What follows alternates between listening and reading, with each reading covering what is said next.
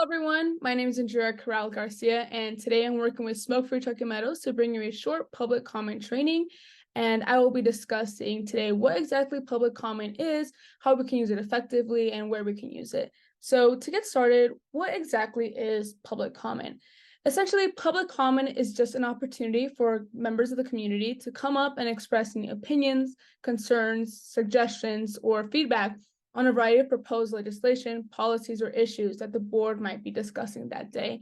In general, we can make these public comments in many different types of governmental bodies, such as city councils, county boards, school boards, and different types of state legislators. So what exactly is the purpose of public comment? So I chose to highlight three different purposes that I think are important as to why we have public comment. First of all, it is able to enhance transparency between the community and the public and these different types of agencies and governmental bodies that are making decisions. So public comment ensures that the government and these agencies take into account the views and concerns of the public of which who may be affected by these proposals firsthand. By having those open lines of communication between the public and these governmental agencies, we're able to enhance that transparency between the two. Not only that, but we're also able to identify potential issues. So when an individual is able to come up and express a concern within their public comment, it often aids decision makers in making more informed decisions. They're able to see unintended consequences that they didn't have before. They're able to maybe also take into account adverse impacts or try to use alternate approaches. Consequently, we are also able to promote accountability of these agencies as well as the government.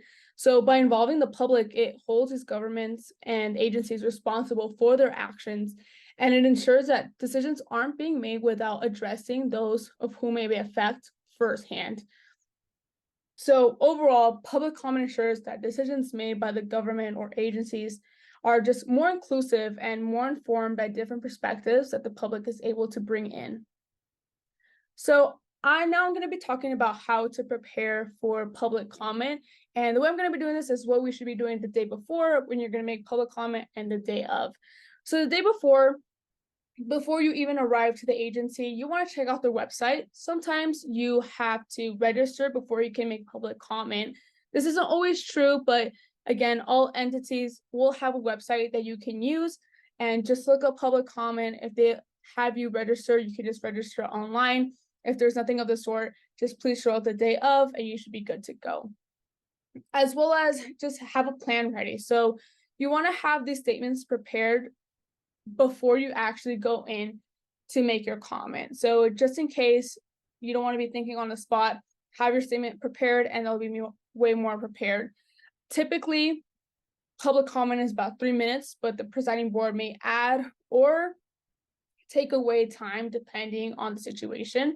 So just prepared to cut your statement short if needed, or also be prepared to add in those additional statements that you wanted to make in the first place if you are granted more time. Also, in rare occasions, the presiding board may also cut the public comment section in the sake of time usually. If this occurs, you can submit your comments in writing to the board via online, or they'll also have some instruction for you there. So the day of, when you arrive to the building of where the meeting is going to take place, be prepared to go through different types of security measures. So usually the first thing you will do is sign in. So there's usually a check-in desk at the entrance of the main building where you can just sign in, and then you can be directed to the room in which the meeting will take place. After that, you can expect going through metal detectors and as well as a bag check just for the security measures in place. So typical items that just are not allowed and you shouldn't bring are firearms, flammable substances, noisemakers, weapons of any kind, including pepper spray. Please just leave those at home so they're not taken away from you. As well as remember the day of, please have a lot of patience. Oftentimes agenda items take so much longer than their anticipated assigned time. So just wait until your agenda item is called and which you want to participate in. And in the meanwhile, we ask that you just remain respectful and quiet of the other agenda items.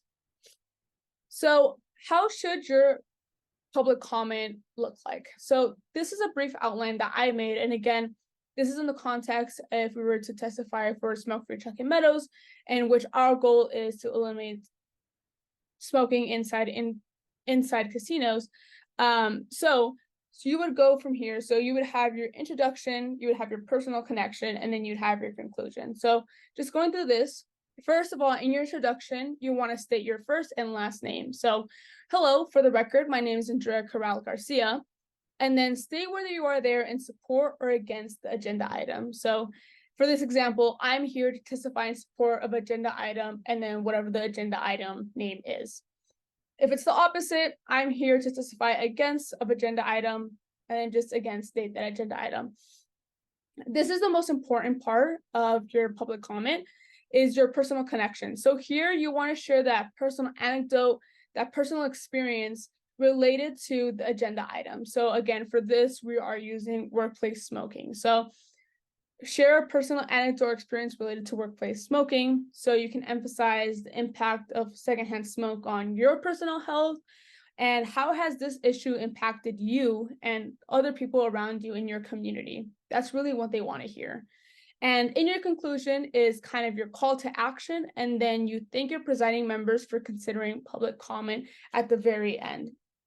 But again, you should focus most of your time in that personal connection section of your outline. So now that you know kind of what an outline looks like, what if there's an instance in which there is a lot of individuals coming up for public comment and we are all saying very similar comments? So in this case, we can use the word ditto. So the word ditto is used when an individual has already made a comment that is extremely similar to the comment that I was going to make. So in this case, if the person before me said something extremely similar and I was going to basically just repeat what they were going to say in my comment, then I could be appropriate to use ditto in this instance. So although it is important to save time using ditto, it's also important to emphasize the importance of your statement as well. So here's an outline using ditto. So same thing, you start out with your introduction. Hello, my name is Andrea Corral Garcia, and I'm here to testify in support or against agenda item, and then you say the agenda item. So this is where your personal connection, and this is where you would place ditto. So I would like to ditto the statement made by, and if you know the person's name, you can say the person's name. If not, you can just say the person before me and emphasize their experience. If you have nothing new to add, you can totally end it there and go on to your conclusion. If not, and you have kind of a statement that you want to make that the other person before you didn't make, you don't have to end your public comment there. You could say, I would like to ditto the statement made by the name of the person, and then emphasize their experience, but I will also like to add, and then whatever that statement you would like to add. And then it would proceed like normally, do that call to action, and then thank the presiding members of the board. So now I'm going to do a public comment in Reno City Council walkthrough. So again, this is the information here on out is going to be specific to Reno City Council. However, the steps taken can be kind of set for anywhere that you might want to make public comment. So again, this is all in person. So first, the day before, you would register using their form. So I found this form on just their reno.government website. I searched public comment and the form came up.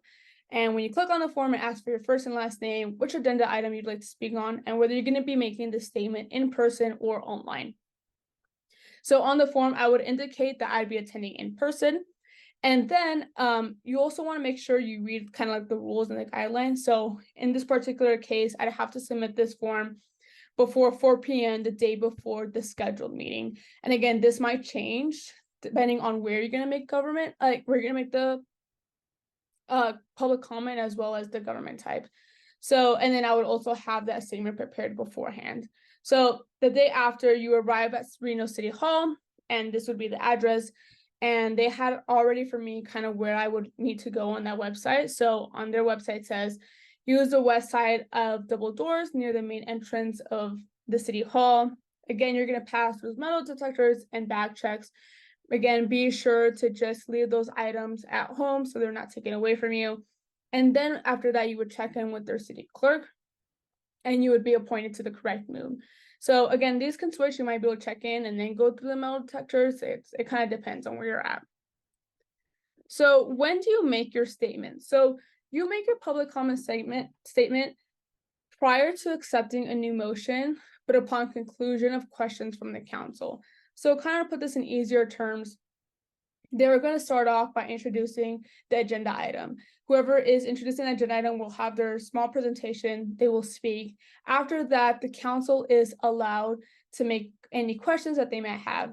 After the council gets your questions answered and have no longer any more questions, then they will open up the floor to public comment. So the presiding officer will, okay, now we are taking public comment, and this is where we would raise our hands to let them know that we would like to make a public comment. And again, just to remind you of the rules of these public comment statements, time limit is usually 3 minutes, unless the presiding officer grants you additional time or reduces the given time. And during these public comments, just remember to engage a respectful, professional, and on-topic commentary. And by having our statement prepared beforehand, are going to help us, maintain this respectfulness and this on-topic commentary. So again, when you're making your statement, that introduction, that personal connection, and then that conclusion. Another thing I just want to state, and I want to reemphasize, I think it's super important. Your introduction and your conclusion should probably take no more than 1 minute. Your personal connection is when you want to take that 2 minutes. It should be the biggest chunk of your time. This is how you are stating how this proposed legislation or this proposed policy is going to affect you and the others around you personally. This is what they care about the most, and it's going to kind of help them make informed decisions the most. So just be sure to pace yourself so that personal connection is well said and they can clearly understand what you're trying to say. So I kind of wrote down a small public comment that I would make if I were to testify in support of smoke-free Truckee Meadows. So again, my introduction. Hello, for the record, my name is Andrea Corral Garcia, and I am here to testify in support of agenda item 8.3. That's kind of just a made-up item. I just put it in for the example. So then I would go on to my personal connection. As a current employee of a smoking casino, I have personally witnessed the detrimental effects of smoking on both patrons and staff. The constant exposure to secondhand smoke not only jeopardized our health, but also created both unpleasant and unsafe working environments. Due to the absence of smoke-free policies, it has made it challenging to breathe freely, leading to respiratory issues for myself and other colleagues. So that is my personal connection. After that, I would move on to the conclusion. I urge the city council members of the city of Reno to help implement smoke-free policies in all casinos and ensure the safety of both patrons and casino employees alike. Then you would thank them. I would also like to thank the council members for providing time for public comment. So that's usually how it goes. As you can see, it's a very easy flow. I didn't time myself, but I assume that maybe took 2 minutes. So if you're able to have it, prepared beforehand, that 3-minute time limit should, although it may feel short, should be plenty of time to get your point across. So I had another segment of how to make public comment, but just online. Typically, this is allowed for Reno City Council. However, again, this might change depending on where you want to make your public comment. If it's the same for Reno City Council, if it's the same for others, usually they have a form online where you can fill out and you just click on it. And on the form, instead of indicating that you're going to make a statement in person, you just want to make a written statement. So this written statement, you should follow the same outline that I had mentioned previously, except for the only difference is that you're going to write it down. So that same format, that introduction, that personal connection, and then that conclusion. One beneficial thing about doing this online is that there's no maximum length. So you could write a lot more than that 3 minutes that you had allocated. So again, just make sure you check those rules lastly. So you submit your form online before 4 p.m. the day before the scheduled meeting, and then that should be taken into account when the meeting takes place. So lastly, just a few tips and tricks. Again, I can't emphasize the importance of having a statement prepared in advance.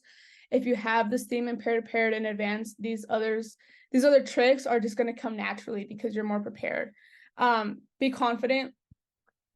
It is a little daunting to go up to a city council board and express your opinion and how these legislations are going to affect you, or these, policies are going to affect you, but it's important and they need to hear it. So just be confident in what you're saying and just follow that format that you already had in place for yourself.